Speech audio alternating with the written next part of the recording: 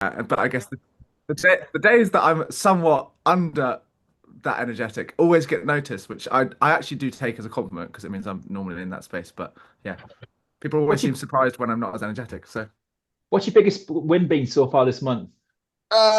biggest win so far this month. I mean, we've taken on five or six properties this month, which is probably in terms of listing stuff coming in has been the best month we've had, and we've had some really good sales, and yeah, been fun.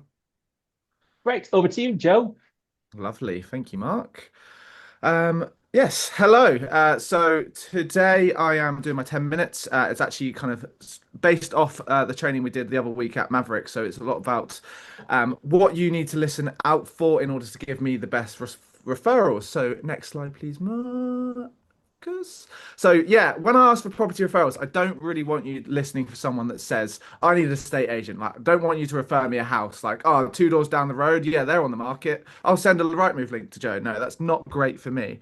By the time they've said I need an estate agent, they've normally already invited a few agents around, and it's a little bit late at that point. And realistically, no one says they need an agent because most people don't like them. Next slide, please. Best referrals happen much earlier on in that process. So when someone says something about their life that tells you their current home no longer fits it. So a quick question. Next slide, please. When is the best time for someone to, well, for you to refer someone to speak to me? Whack your A, B, or C into the chat.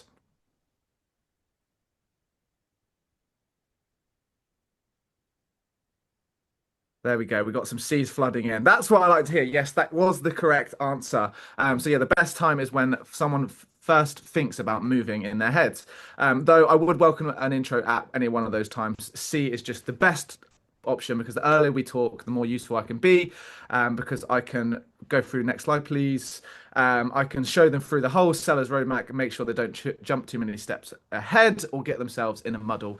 Um, so, next slide, please. I have created four ideal client profiles, which are based off situations where we do our best work. So, I'm going to introduce you to first time Freddie, second time Sarah, downsized Dawn, and probate Pablo.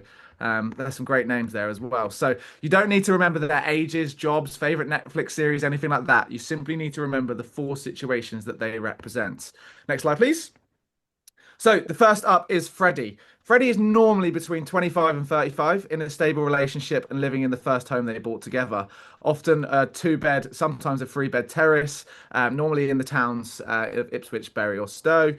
The house was perfect when they bought it. Now they're thinking about a proper garden, a driveway, possibly children, and a dog, and the next stage of life.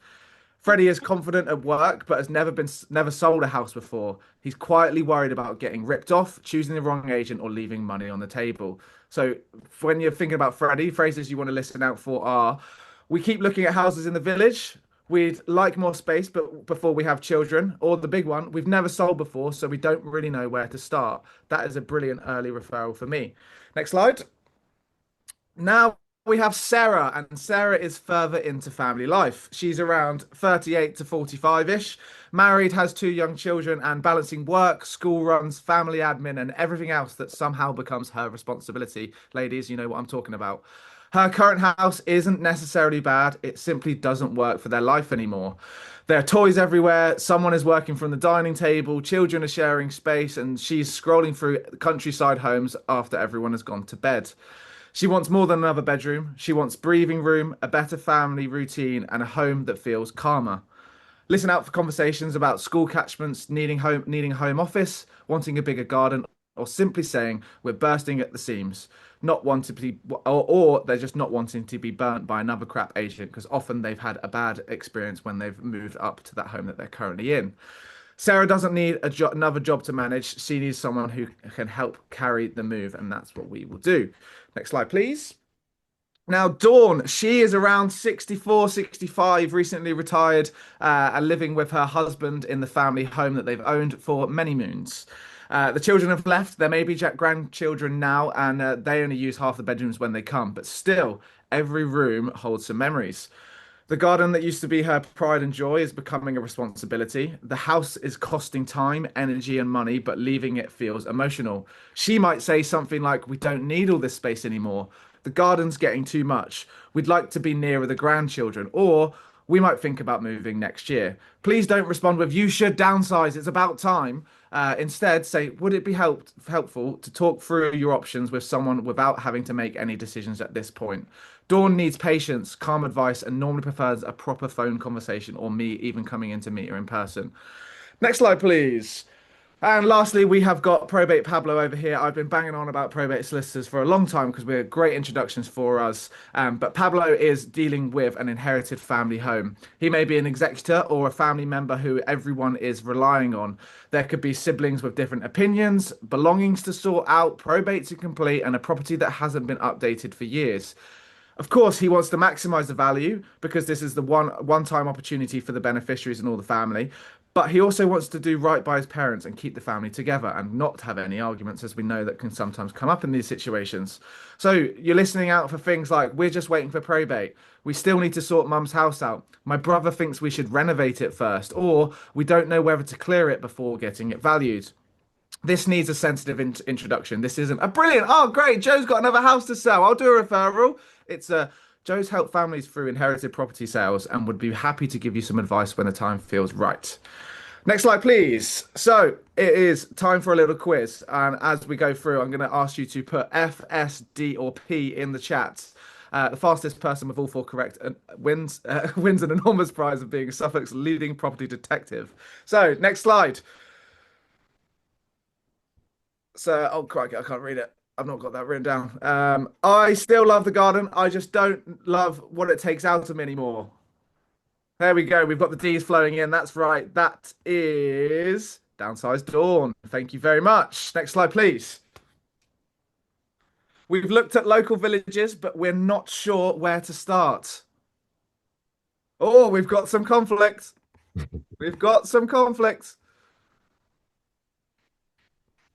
Well, for those that said Freddie, you are right. That is first time Freddie. Next slide, please. My sister wants to clear it. My brother wants to renovate, and I just want to do the right thing. Yes, that one was easy. Pablo is there. That's right. Well done, everyone. And lastly, we spend every evening moving the children's things from one room to another. There we go. And yes, that's right. That is where Sarah came in. So, well done, guys. Thank you very much for that. So next slide, please. The important thing is they are not asking, none of them said, I need a market appraisal or I need a valuation, or I need an estate agent. It's not about the property itself. They talked about where they are in their lives, and that's what I need you to listen out for. Next slide, please. The best referral is not sending me someone's phone number and saying, give them a call, they might be selling. Start by asking permission. Would it be helpful if I introduce you to Joe? He helps plan your move early before you have to make any big decisions. Then maybe create a WhatsApp group or set up a call at a specific time. Joe, meet Sam and Alex. They've started thinking about moving because they need more space, but they've never sold before. I said you'd be a good person for them to speak to and help them understand their options before they get things going. I'll leave you to it. That introduction works because you've given me context, positioned the conversation as advice rather than a sales pitch, and made the next step easy. For Dawn, a phone introduction would probably feel more personal. For Pablo, only sharing family circumstances they're comfortable sharing.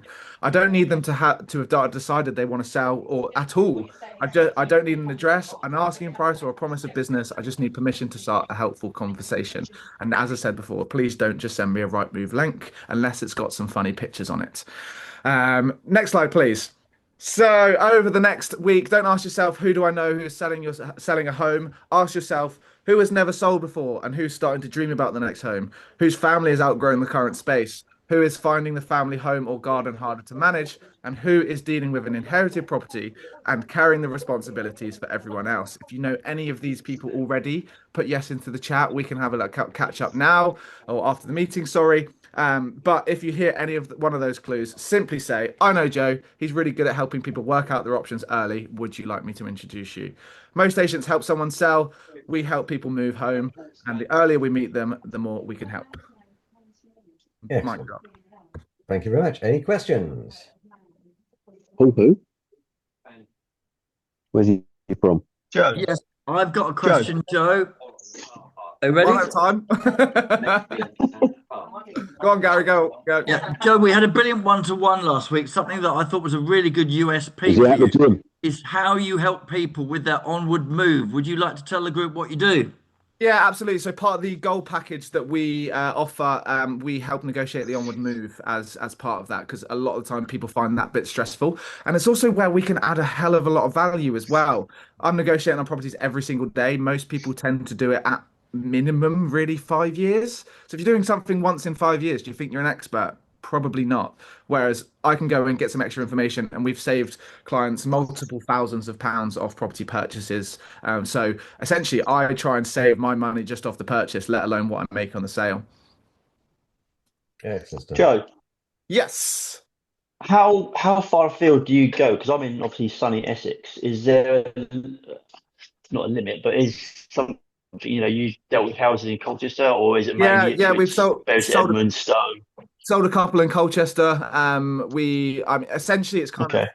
I don't like to go too much over an hour in terms of a drive, but like I've had stuff out Yeah. in Haverhill as well, and that's a little bit over an hour.